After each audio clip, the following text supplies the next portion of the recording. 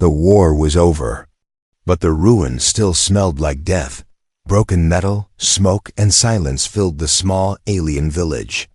Human soldier David stepped carefully through the debris, his boots crunching burnt stone and glass. He was sent here to search for any survivors or dangerous leftovers from the alien tech labs. But he wasn't expecting anything to be alive. His rifle rested in his hands, ready. His eyes scanned every corner, every movement. He heard it, a small, shaky voice, almost too soft to be real. "Human, are you single?" David froze. He turned quickly, his weapon raised toward the sound. Nothing, just a pile of crates and rubble against a half-broken wall. Then movement. A tiny hand peeked out from behind one of the crates. Slowly, a small alien girl stepped forward. She was skinny, dirty, and shaking from fear or cold, or maybe both. Her skin was pale blue, her big silver eyes glowing faintly in the shadows. Her short hair looked like thin white grass. She held a broken blanket over her shoulders like a cloak. She looked no older than 5. David lowered his weapon. "What did you say?" The little girl gulped. Her voice was soft but clear this time. "You have to marry my mom. She's kind." David blinked, completely stunned. "What?" The girl took a slow step forward, clutching her blanket tightly. "My mom said humans don't like aliens. But I saw you in the sky. You saved people, right?" She sniffled. "Please." "Everyone left us. I waited for someone kind." David crouched down, trying not to scare her. "Hey, slow down. What's your name?" "Rila," she whispered. "Okay, Rila, my name's David. I'm not here to hurt you. I was just sent to search for survivors." Her eyes grew hopeful. "Then you'll help my mom?" "Where is she?" Rila pointed behind her. "In the hole. She's sick. She doesn't move much." David's training told him to call it in, wait for backup. But one look at Rila's small, tired face, and he made a choice. "All right, show me." She turned and moved through the ruins quickly, her bare feet silent on the cold ground. David followed, stepping over beams and broken tech. They reached what looked like a pile of collapsed metal, but Rila crawled through a narrow gap and motioned for him to follow. Inside, it was dark. David turned on his small chest light. The beam lit a small underground space, maybe once a storage room. Now it was a shelter. And in the corner, lying on a torn mat, was an alien woman. She was tall, elegant even in her weakened state. Her skin was the same pale blue as Rila's, but darker around her eyes. Her hair was longer, tangled, and dirty. Her body was wrapped in what looked like old cloth and scraps. David stepped closer, checking her breathing. She was alive, but weak. Her breathing was slow and shallow. Her arm had a bloody cloth tied around it, infected. "She protected me," Rila said softly. "She said if we hide long enough, someone will come." David looked at her. "How long have you been here?" "I don't know." "A lot of sleeps." He looked around. A small bowl with dry crumbs, an empty water pouch. They'd been starving, dying. David pulled his emergency med kit from his belt and knelt beside the woman. "Your mom needs help. I'll do what I can." Rila sat beside her mother and held her hand. "She's strong. She just needs rest." David cleaned the wound and applied a healing patch. It beeped once. Her pulse was weak, but stable. Rila looked at him again. "Will you stay?" David hesitated. "You're safe now. I'll call for evac." "No," she said quickly. "If others come, they might take her away. She's different." "What do you mean?" "She used to be important before the war. They hated her for it." David looked closer at the woman's neck. A strange mark, a royal emblem, was faintly burned into her skin. This wasn't just a refugee. She had once been someone powerful.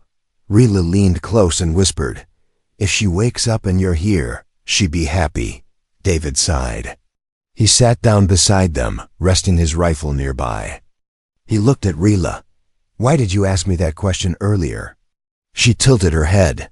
What question? You asked if I was single. She smiled softly, innocent. Because I want my mom to smile again.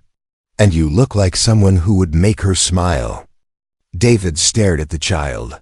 She was serious. He shook his head and chuckled. You're a strange little girl. Rila smiled again. But I found you. Outside, the wind howled through the ruins. But inside, in the quiet dark, something new had started. A connection between a lonely soldier, a broken mother, and the child who believed in hope. Asterisk. She grabbed his throat in her sleep. David didn't move. He lay frozen on the cold floor beside the weak alien woman. Her long blue fingers wrapped around his neck, not tight, but firm. Her eyes were still closed. She was dreaming. No, remembering something painful. Her hand trembled. David gently placed his hand over hers and whispered, It's okay. You're safe. The fingers loosened. Her breathing stayed heavy. But she didn't wake up. He stayed still for a long time watching her. Even with her face bruised and her skin covered in cuts, there was something strangely calm about her. She looked proud, even in pain. Her daughter Rila was asleep near her feet, wrapped in David's jacket, using his backpack as a pillow. She snored very softly like a tiny bird. David sighed. He didn't know how this happened. 1 minute he was searching ruins. The next, he had a little alien girl calling him Dad, and a strange, beautiful woman nearly dying beside him. He looked at the woman again, Rila's mother. What was her story? Morning came slowly, with light creeping through the cracks above. David took out a ration bar and broke it into tiny pieces for Rila. When she woke, she chewed quietly, eyes always checking on her mother. She still didn't wake up, Rila whispered. She will, David said. She's strong. Rila looked up at him. She never sleeps this long unless she's very sick. David reached into his bag for water, but it was running low. He poured a little into a metal lid and offered it to Rila first. She sipped, then held the rest near her mother's lips. Sarai, he still didn't know her name yet, moved slightly. Her lips parted. She drank. David smiled. She's coming back. Then suddenly her eyes opened, bright silver, just like her daughter's. They locked onto David's face, and without warning, she slapped him. He didn't react in time. The strike wasn't strong. She was too weak, but sharp enough to sting. Her voice came low and rough. Don't touch my daughter. David held up both hands. I'm not your enemy. She tried to sit up and failed. Rila jumped forward. Mama, it's okay, he's helping. Her eyes darted to Rila, then back to David. Her muscles tensed. Who are you? She asked. My name's David, human soldier. You were injured. I gave you medicine. Her eyes narrowed. Where's your army? Gone. The war's over. She laughed short, bitter. No war ends when someone like me is still alive. David tilted his head. What do you mean? Rila looked nervous. Mama, don't be mean to him. I brought him. He's nice. He gave me food, and he said he might marry you. David nearly choked. I didn't say that exactly. Sarai stared at him, confused. Marry? Rila nodded seriously. He's strong, he's kind. He can protect us. David rubbed his face. Look, I just came here to check the area. I didn't expect to find you two. Sarai sat up with effort, groaning in pain. You shouldn't have. Why? Because if someone saw you helping me, they'll kill you too, David frowned. Who's they? She didn't answer. Instead, she leaned back, exhausted. David looked at her arm. The infection was slowing down. She was healing, but she was far from safe. He reached for his medkit again. Let me change your bandage. She flinched. Don't touch me. I'm trying to help. I don't trust humans. I don't blame you, but your daughter does. That made her pause. She looked at Rila, who nodded quietly. Please, Mama. Slowly she allowed David to work. Her skin was warm, too warm. Fever. He applied a new patch and gave her a fever tab from his kit. She took it silently. David finally sat back. Do you have a name? Sarai. Sarai. All right. He looked at the symbol near her collar again, half faded but sharp, a royal crest. David didn't speak of it. Not yet, but something told him. This woman wasn't just someone's mom. She was someone powerful once. Someone important. And now she was alone, hiding in the dark. Sarai closed her eyes again, just for a moment. You should go, human. You've done enough. David stood up and checked his rifle. He moved toward the exit, but before he crawled out, he looked back. Rila sat curled beside her mother, eyes still hopeful. Are you coming back? She asked. David didn't answer right away. Then he gave a small smile. Yeah, I'll come back. And with that, he disappeared into the light above, the wind carrying whispers through the ruins. But in that broken shelter, for the first time in days, Sarai held her daughter's hand and let herself believe in hope again. The warning came from the wind. David heard it first, a strange hum floating through the air like a ghost. It didn't belong to nature. It was mechanical, sharp, and dangerous. He pulled out his cum device. A red light blinked, unidentified. Movement. 3 life forms approaching. Armed. His stomach dropped. Bounty hunters, mercenaries, or worse, elite patrols from the alien empire. He crawled out from the collapsed building and scanned the horizon. Through the cracked metal fences and broken towers, he saw it, 3 dark shapes moving through the fog. Fast, silent, searching. David cursed under his breath and slid back into the shelter. Sarai was awake now, though pale. She watched him with alert eyes. What is it? She asked. We've got company, David replied. Armed, coming this way. Rila, who had been quietly drawing circles in the dirt, looked up with fear. Will they hurt Mama again? David didn't answer. He didn't want to lie. Sarai sat up slowly. You need to go. If they find you with us, I'm not leaving you too, he said firmly. You don't even know who I am, Sarai whispered. Maybe not. But I know who you are now, a mother with a child who believes in you. He grabbed his gear and peeked out again. The soldiers were closer now. Just 2 buildings away. David's mind raced. There were 2 options. Option 1, grab his rifle, lead the soldiers away, and hope they don't search the shelter. Option 2, stay, fight, and maybe get all 3 of them killed. He turned to Sarai. Do you trust me? No, she answered honestly, but my daughter does. David looked at Rila. She gave him a small, scared nod. I'll be back, he said. Don't make a sound.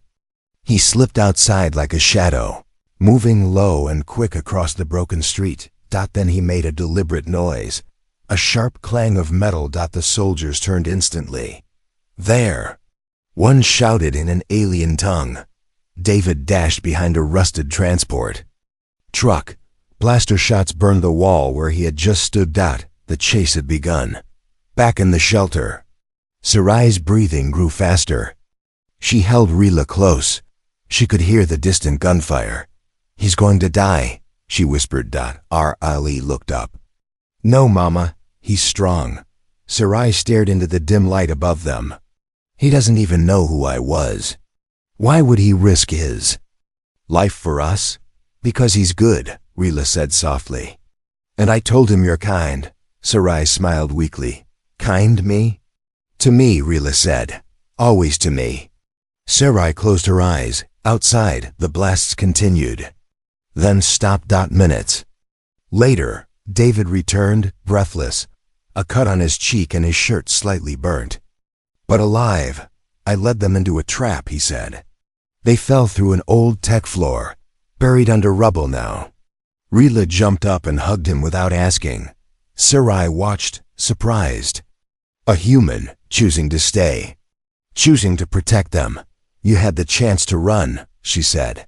I did, David replied. But I didn't want to. Sarai tilted her head. You don't even know what danger you're stepping into. Then tell me, he said. She stared at him for a long time. Then she whispered, I am Sarai of the House Miran, once the wife of a high general. After the war, my own people turned on me. They called me a traitor because I saved prisoners. Because I said humans didn't deserve extinction. David nodded slowly. So, they tried to erase you. And they'll try again, she said, if they find us. David sat down and took a long breath. Then we won't let them. Sarai looked confused. We? David smiled. Your daughter already decided I'm part of this. Rila hugged Sarai's arm and giggled. I told you, Mama. He's our human now. Sarai looked between the two of them, heart slowly softening. You're crazy, she said to David. Maybe, he said, but I've survived worse. Outside, the wind howled again, but this time, Sarai didn't feel afraid. For the first time in a long time, someone chose to stay. Asterisk. The scream cut the silence like a knife. Don't touch me. Sarai shouted, her voice sharp, echoing inside the small shelter. David froze, holding a cloth in one hand and a water bottle in the other. Her chest was rising fast. Her eyes were wild with fear. I was just trying to clean the burn, David said calmly. That's all. Sarai backed into the wall, breathing hard. Don't lie. You. People always come smiling. Then the hurting starts. Rila stared in shock. Mama, no. He's not like the others. Quiet, Sarai whispered, clutching her shoulder where the wound still bled. Her hands were shaking now. David didn't move. He slowly placed the cloth and water on the ground dot. Then he sat down across from her. I'm not going to hurt you. I don't care who you were in the past. Right now, you're a mother with a wound that needs help. Let me do that. Or don't. But I'm not touching you without your permission. For a moment, Sarai looked at him like she didn't believe a word, but then something in her eyes changed. She was still breathing hard, but her anger was cracking. Just for a second, I remember, she said softly, her voice almost breaking. When the prison ship took me, they laughed as they pulled off my armor. Said it was a joke, a royal woman with no power left. David listened. He didn't speak. They didn't even care that Rila watched them hurt me, Sarai whispered, eyes distant. She was just a child, but they made sure she saw everything. Rila slowly crawled to her mother and held her hand. I closed my eyes, Mama. I only remember your voice. You told me not to cry. Sarai looked down, her strength leaving her. David quietly pushed the cloth and water closer. If you want, you can clean the wound yourself. I'll just talk. Talk about what? She asked weakly. Anything. Like how I joined the army to pay off my brother's hospital bills. Or how I once fell asleep during training and woke up in a trash bin. Rila giggled. Even Sarai gave a small surprised smile. Trash bin? Yup, David nodded. Sergeant said it was my new home. I believed him for a whole day.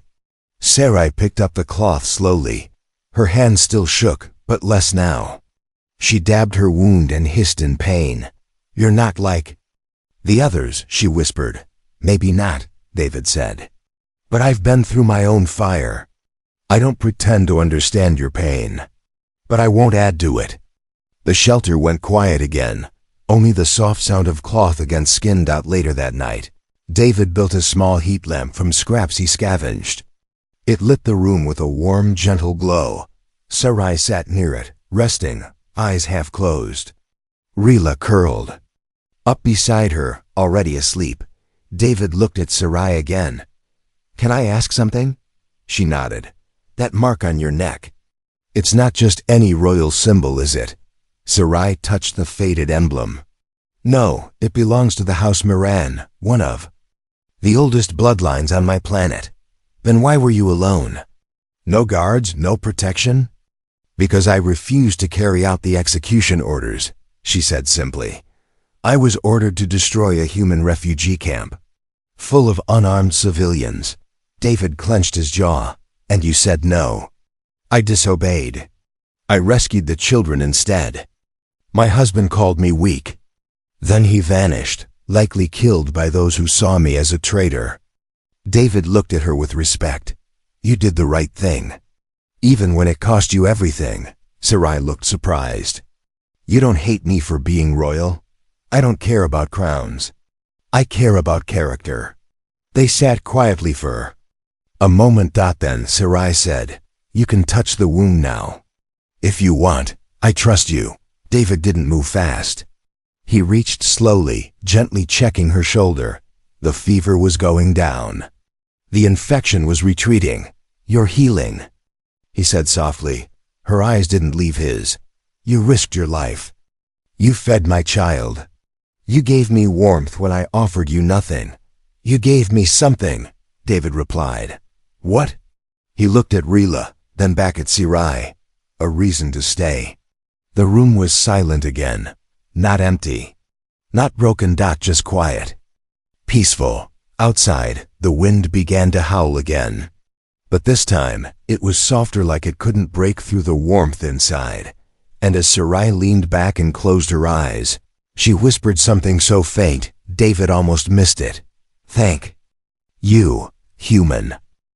It started with a small box, hidden under a floor tile. David had been fixing the power cables near the shelter entrance when his boot hit something hollow. Curious, he pried up the old tile. Beneath it, wrapped in cloth and sealed with wax, was a small black box, strange metal, alien design. He looked over his shoulder. Rila was playing with scraps, building a pretend ship. Sarai was resting nearby, still weak but getting better. David sat down and opened the box. Inside was a royal pendant, gold and silver, shaped like a flame, with an emerald stone in the center. He knew that symbol.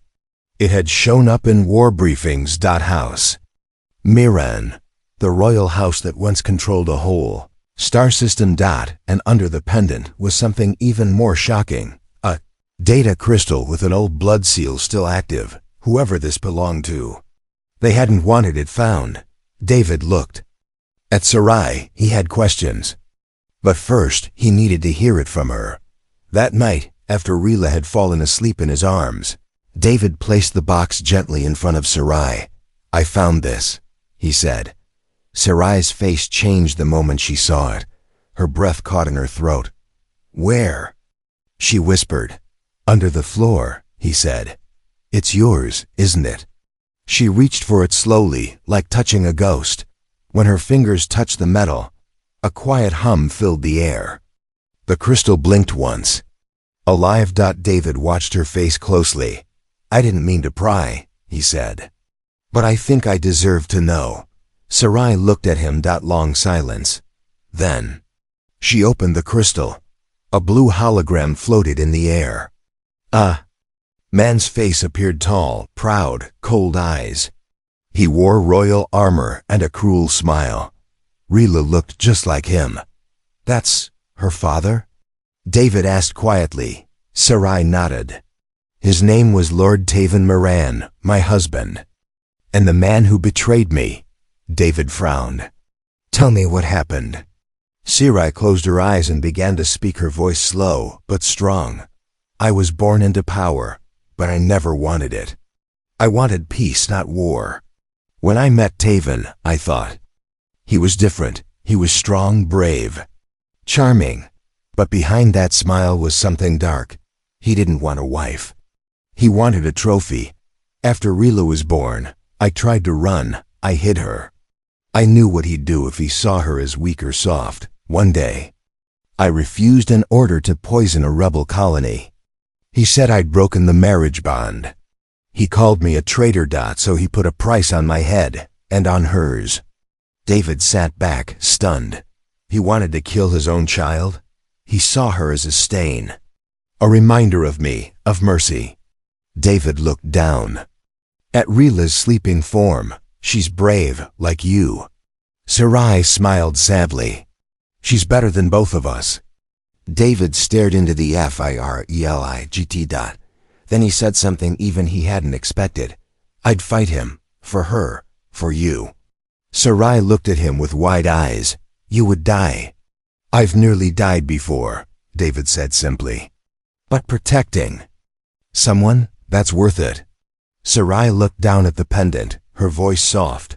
I buried this box the night we escaped. I thought it would never be found. David leaned forward. Now we know he's still out there. Yes, she said. And if he learns we're alive, he'll come, David finished. He'll come to finish what he started.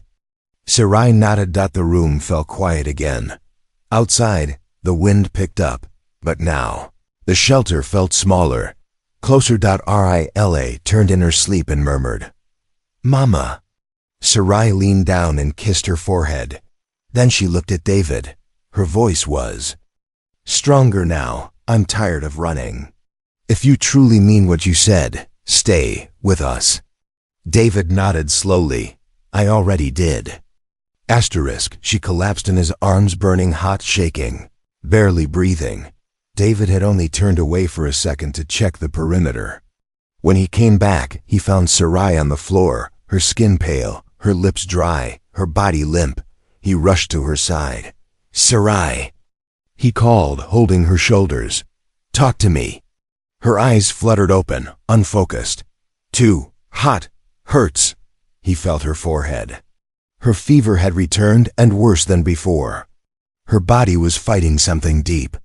Too deep for field.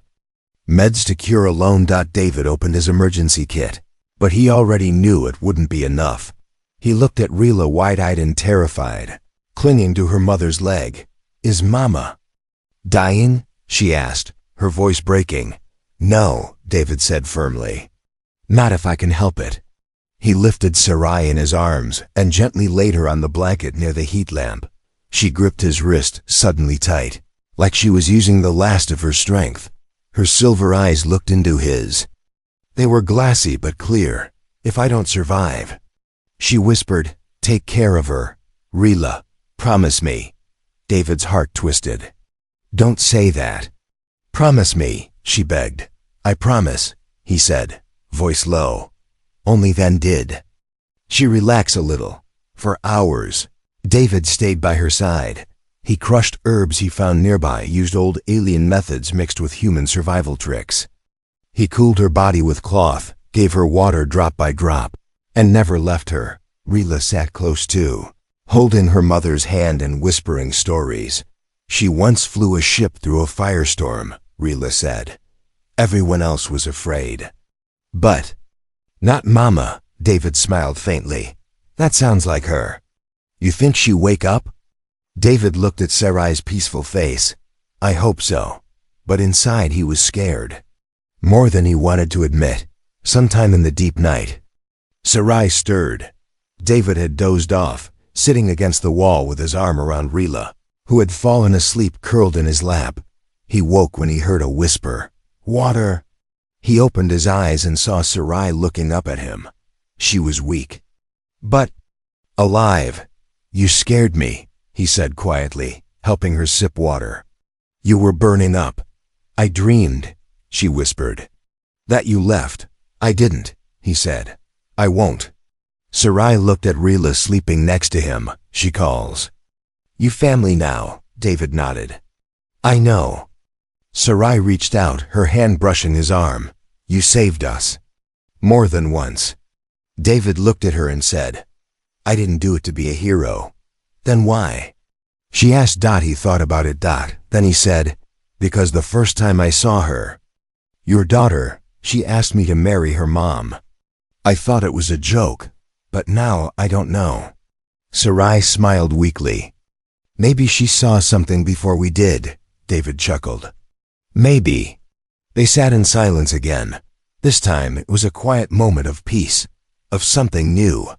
Something real. But peace never lasts long. The next morning, as David stepped out to collect more herbs, his cum device flashed red. Warning. Long-range scanner signal detected. Unknown ship landing nearby. David cursed softly and ran back inside. We've got a problem, he said. Sarai sat up slowly. They found us. I think so. Someone just landed less than 2 clicks away. Not a scout ship, it's bigger. Sarai's face went cold. Taven. David grabbed his rifle. We don't know that yet. It's him, she said. I feel it. David looked at her, at Rila, then at the entrance. He had made a promise. Now, it was time to keep it. The stars were too quiet. Jack stood outside the shelter, staring up at the sky. The air felt heavier than usual. Something was coming. He heard soft footsteps behind him. Zari. Still limping, but strong. Her yellow eyes locked onto the horizon. Her body tense like a blade waiting to strike. You feel it too? Jack asked. Zari nodded slowly. Yes. And then they saw it. A ship, smooth silver, royal markings, glowing under the moonlight. It landed just beyond the ruins. No noise, no warning. Zari's jaw clenched. I know that ship. Jack turned to her. Yours? She nodded. From my family. From the world I ran from. The ship's ramp lowered. 5 armored aliens stepped out in perfect formation. Behind them came a tall figure draped in dark royal robes, silver cuffs on his arms and a staff in his hand. Zari went still. That's my uncle, she said. He was the one who gave the order to erase my name from the royal record. Jack narrowed his eyes. He came to take you back? Zari didn't answer, but her silence was loud enough. The royal group walked forward and stopped a few meters away. The uncle's voice was calm, but sharp like ice.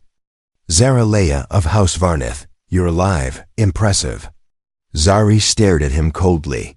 You didn't come here to compliment me. He smirked. Correct. I came to fix a mistake.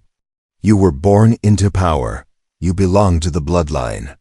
And yet you vanished, lived like a ghost. Bred with, he glanced at Jack, his lips curling in disgust. A human. Zari stepped forward. Don't you dare talk about him like that. He saved me when no one else would. The uncle's voice hardened. You've been gone long enough. The council is willing to restore your name, but only if you return alone, without the child, without the human. Jack's heart dropped. What? Zari's fists clenched. You want me to abandon my daughter? And the man who stood beside me when your entire house forgot I even existed? She is not of full royal blood, the uncle said coldly. And he looked at Jack, is nothing more than a distraction. Zari's voice rose. No, he is my choice. They are my family. The uncle gave her a long, measured look. Then he held up a crystal orb. A bright image flickered inside it, of a shining palace, servants, and safety. You can have everything again. Comfort, power, safety for life. Zari looked at the image, then turned to Jack. Then to Ree, who now stood quietly behind a wall, watching with wide, tear-filled eyes. Zari took a deep breath and crushed the orb under her foot. The uncle flinched. The guards reached for their weapons, but he raised a hand. You will regret this, he said. Zari shook her head. No, I regret ever thinking I needed your world. The uncle stared at her with cold disappointment. Then he looked at Ree. She'll never be one of us. Zari stepped in front of her daughter. Good, because she's better. They watched the ship rise back into the sky, engines lighting the clouds. No war. No last threat. Just a silent exit. But the choice had been made. Forever. That night, the wind was calm. Jack sat by the fire, fixing the small toy Ree had lost during the raid. She now sat in his lap, sleepy and warm. Zari leaned against the wall, staring at them. Jack glanced at her. You gave up everything. Zari smiled faintly. No, I just stopped pretending I wanted it. Jack looked down. Are you sure this life, this ruin is enough? Zari got up, walked over, and knelt beside him. She took his hand. I don't want palaces, she said. I want a home, you, her, this. Jack's eyes softened. She added, so if you're staying, stay as my mate, not just as her protector. Jack blinked. Are you asking me to? Zari whispered, yes. Jack smiled slowly. Then let's be a family. Ree's sleepy voice rose between them. Does that mean I have a real dad now? Jack kissed the top of her head. You've always had one. And far beyond the stars, tales would one day spread of a warrior princess. Who turned down power to raise a daughter among ruins. But with a man from another world who showed her the meaning of love. Not royalty, not soldiers. Just family.